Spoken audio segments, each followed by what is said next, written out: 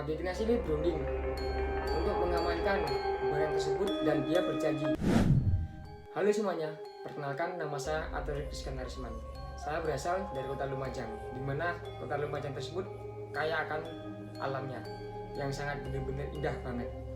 Salah satunya air terjun Tumpak Sewu, terus Kapas Biru, dan juga wisata-wisata alamnya seperti pemandian Salokambang dan lain-lain.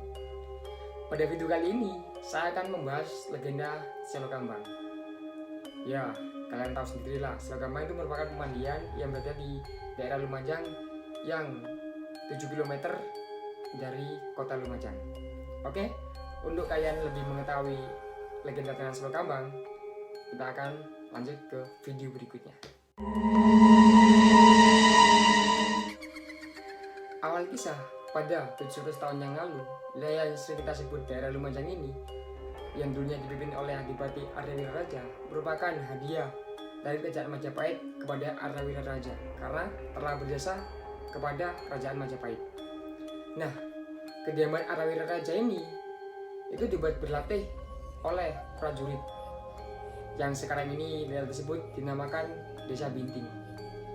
Nah, setelah 35 hari meninggalnya Adipati Arya-Wiraraja, daerah Binting ini diserang lagi oleh Kerajaan Majapahit, sehingga masyarakat Binting tidak melakukan perlawanan sama sekali, dan akhirnya mereka mengungsi dari tempat mereka yang anggap aman tersebut. Di sekitar tersebut ada sebuah hutan-hutan kecil yang saat ini dinamakan Kabunarang.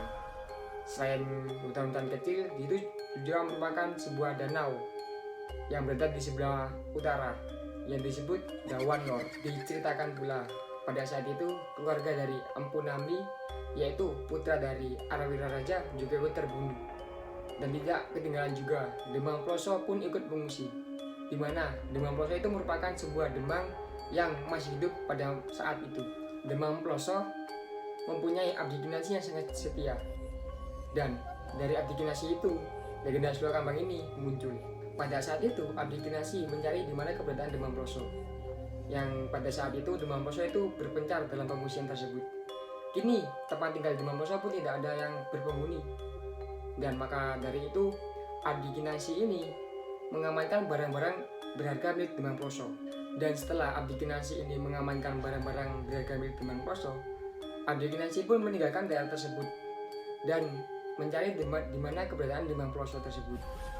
Nah, pada saat itu abdi kinasi berpikiran untuk mengamankan barang-barang tersebut. Maka abdi kinasi ini pergi ke tempat Empu Temposono, dan ketika abdi kinasi ini sampai di tempat Empu Temposono, abdi kinasi ini berunding untuk mengamankan barang tersebut, dan dia berjanji bahwa dia ketika setelah bertemu dengan Demang Ploso, dia akan membawa kembali barang tersebut. Setelah selesai berunding, Empu Temposono dan 5 calonnya pun berangkat untuk mencari di mana tempat yang aman untuk mengamankan barang-barang milik Demang Ploso tersebut. Nah, setelah mereka mencari kesana kesini, akhirnya mereka menemukan di suatu daerah yang sekitar daerah tersebut itu merupakan danau-danau kecil, dan juga ada sebuah pohon besar. Selain pohon besar, di daerah tersebut juga ada batu besar sebesar kerbau. Dan mereka mengira, oh kayaknya ini cocok buat kita menyimpan barang-barang berharga milik Demang Ploso ini. Akhirnya mereka berusaha sekeras mungkin untuk menggunakan batu tersebut.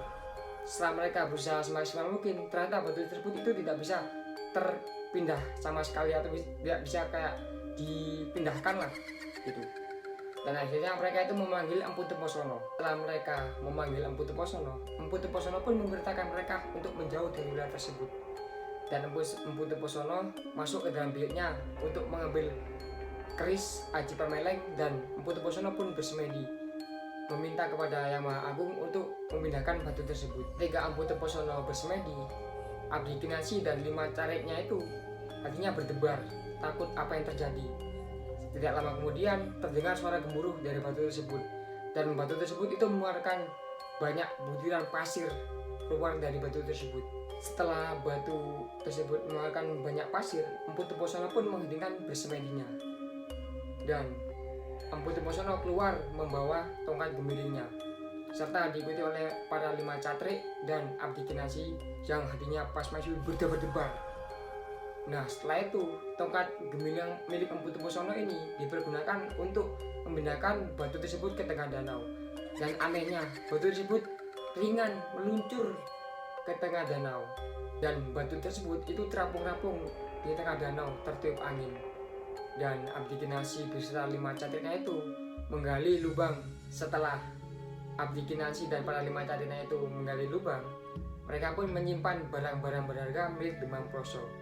Setelah mereka menyimpan barang tersebut, Abdi Kinasi pun melanjutkan perjalanannya untuk mencari tuannya, yaitu Demang Ploso. Setelah puluhan tahun berlalu, Empu Tuposono pun meninggal, dan 5 catriknya pun pergi ke daerah masing-masing. Setelah puluhan tahun lamanya, lama-kelamaan danau tempat batu terapung itu makin melebar, dan juga batu yang terapung itu semakin menghilang karena terkikis oleh air hujan. Dan setelah kejadian itu, tinggallah sebuah danau yang pada sampai sekarang ini itu digunakan masyarakat untuk mandi, dan tersebut dinamakan Selo Kambang. Selo yang berarti batu, Kambang yang berarti mengapung. Selain menjadi wisata unggulan di daerah Lumajang, Selo Kambang itu dipercayai bahwa orang yang mandi di sana itu dapat menyembuhkan segala penyakit.